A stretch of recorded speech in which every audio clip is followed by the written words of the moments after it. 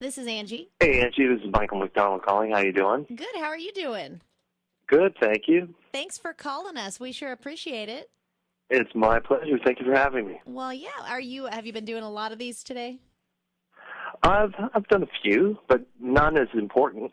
Well, right. I mean, I know you've probably been on, Letterman, and now you can add KRKT and Comedy 990 to your resume. There you go. I'm sure you were dying to do that. We're all dying of something or for something. How was last night? Because you did a show last night at Helium. How did that one we, go? it was great. A lovely audience. I've never played the room before, and it's a great little space. I'm looking forward to tonight and tomorrow. Well, yeah, we gave some tickets away, so we've got some listeners headed up, and they were very excited when we let them know who they won tickets to see. They were the guy from Austin Powers, and so yeah. Well, good. Thank you. So they think they're seeing Mike Myers. Well, right. Yeah, I lied a little. No, I don't care. Honesty is not important in show business at all. And Just get them to the show. And especially in stand-up comedy, it's even less important, probably. Right. Yeah. So when did you? Because I read or heard that you grew up in a funny family. So when did you come to know that being a comedian was a career option? I had no interest in doing it, really, for when I was growing up. I was not one of those people. I was actually a loan officer in a bank, and one of my friends from business school said she wanted to be a comedian and an actress, and she was studying at this place called the Groundling Theater, doing this thing called improv that I'd never heard of, and I thought it was a terrible idea, and she took me to see a show, and I saw a bunch of really funny people like Kathy Griffin and Lisa Kudrow and a bunch of people, and I went, oh, that's what I want to do. And you had that, you must have had that in you, because you can't just take somebody who's not a funny person and make them funny. You must have always had that within you. I liked making people laugh. I wouldn't say I've always been funny, because that would be a horrible thing to say. But I had funny parents. I loved to laugh, and the idea of making people laugh was always, highly respected in our family. We had one of those dinner tables where, the conversation was quick. Yeah. Oh, good. Well, that's good practice for improv, especially. Yes. And you went from essentially the unfunniest job in the world to It really, I don't know, telling somebody that you cannot fund their hopes and dreams is a lot funnier than you think. No, it's not. I will say this, though, after I, went into the acting and comedy thing, of course, I had to wait tables forever. And more than once while I was waiting tables, somebody showed up at one of my tables as a customer, and they were somebody I had turned down for a loan. So God knows what he's doing when he's talking about comedy. Oh, I think the only thing that were worse would be being a policeman and all your criminals you bust show up. That's about it. Yes. That would be what we call in the business a tough crowd. Yeah, yeah. And you, so I'm not sure why they're saying, Michael McDonald making a comeback in the new, Sandra Bullock. Well, who's they? Well, I just read it. It said making a comeback, and I was like, well, where was he? He's not, where did he go? So I don't understand. Yeah, I think people think I've never worked more than I have the last 4 years. After I left Mad TV, I wrote and directed and toured either in television or stand-up nonstop, including doing an hour-long special.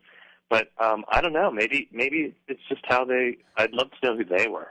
That's good. Making a comeback. I'll have to find the article. Yeah, because that's as my impression was that you have been working nonstop, and so I'm not sure where the comeback line came from. But maybe it's just that I don't know. I don't even want to go there.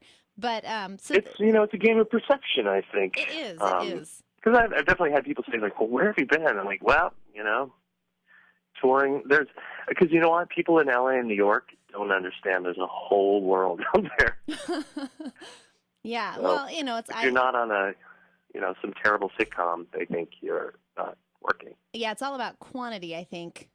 Not Or like if you're not on camera, you're not working, which I've always done. I've always written and I've always directed, including starting on Mad TV. So right, Mad TV, and then you write for numerous television shows, or have written for numerous television shows, and then you write, obviously your own stuff for your comedy routine. But do you have a favorite? Is the stand-up comedy your favorite? Do you like being in a big movie? Do you like writing and being behind the scenes? What's your favorite part? gosh, All of it. I think I like combining them the best. That's when it's the most satisfying to me. But if you're acting, like if you're just acting, it's probably the easiest. Yeah. but the hardest job to get.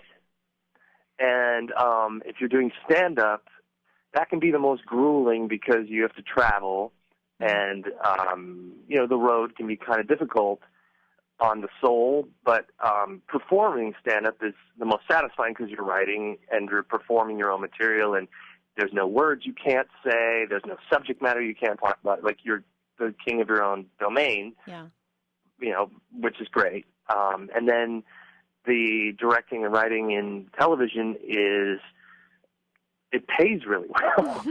So, there's all kinds of pluses and minuses to each, like anything, right? Right, exactly. Yeah, I understand. The new movie, The Heat, I don't know, when does that one come out? Is that like next weekend? It comes out June 28th. June. So the premiere is in New York next weekend. So I'll be there for that. You'll be there. And then it opens in wide release on June 28th. And are you? What do you do in the movie? Who are you? I'm a bad guy. Awesome. Very cool. I run around trying to kill Melissa McCarthy and Sandra Bullock. How fun. And you know what? I actually heard that Sandra Bullock is going to run in our Portland Marathon coming up in October. Oh, she is? I don't know. My brother told me that, and it may be just a rumor, but that she is the reason that he has signed up to run it. Well, maybe just as a promotional stunt, I'll chase after her with one of my weapons from the movie. That would be great. She's a great girl. I can't say enough good things about her. She seems like she'd be a nice lady. She really is. And Melissa McCarthy, is she funnier than you? Are you funnier than her? It's not a competition, sweetheart. And in fact, though, I like the Groundling Theater that I went to, that my friend took me to see Lisa Kudrow and Kathy Griffin. That I ended up becoming, a member of that comedy troupe and becoming a teacher because there's kind of a school there. And my student was Melissa McCarthy. You're kidding. No. That's insane. Wow. Yeah, so we're old friends. Very small world.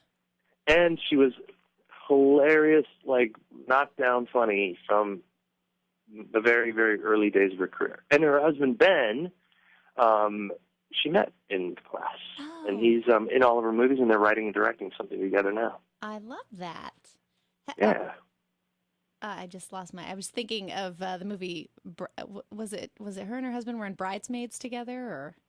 Yeah, and The Heat is directed by the same director as Bridesmaids. Right. Paul Feig. Okay. Wow. And now, is it tough for you, like as a writer, because your brain goes into writing mode, but when you're on the set of a movie and you're reading through the lines, and you think, this scene could have been better if it goes like this. Now, do you have to hold that back, or do you offer that?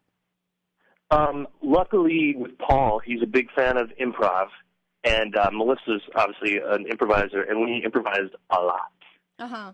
And I think for me, the disappointment is that we couldn't. I've seen the movie; it's really great, and it's really, really funny. And I can only imagine how funny the DVD extras will be because I just know what didn't get to make it into the movie. Huh. And also, I should say, the writer of the movie is a girl named Katie Dippold, who was a writer on Mad TV, so I knew her too. Wow, you're working with a whole bunch of old friends. Yeah, and she was another one. Like, they were flying in new lines to us all the time as we shot. So we had a lot of fun making it. Well, I can't wait to see that. I know everyone's excited about your show tonight and tomorrow night at Helium, and we've given away some tickets, and now we've gotten to speak with you on the air, and we're just thrilled that you took some time out for us. So I'll let you go and let you go write some funny stuff for tonight. All right. Well, thank you so much. I really appreciate it. You bet. Thank you for taking time with us. All right. Bye-bye. Bye-bye.